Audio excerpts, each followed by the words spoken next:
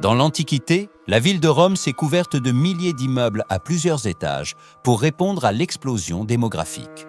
On peut encore en voir les vestiges au pied de la colline du Capitole, là où les étages inférieurs se trouvent aujourd'hui près de 9 mètres sous le niveau actuel des rues.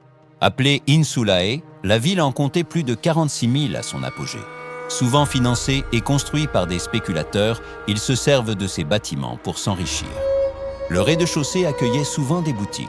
Au-dessus, un niveau intermédiaire pouvait faire office d'entrepôt ou de dortoir.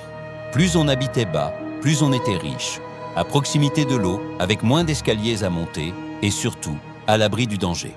Car les incendies étaient fréquents à Rome et dans ces immeubles chargés de bois, un simple feu pouvait devenir meurtrier en quelques minutes.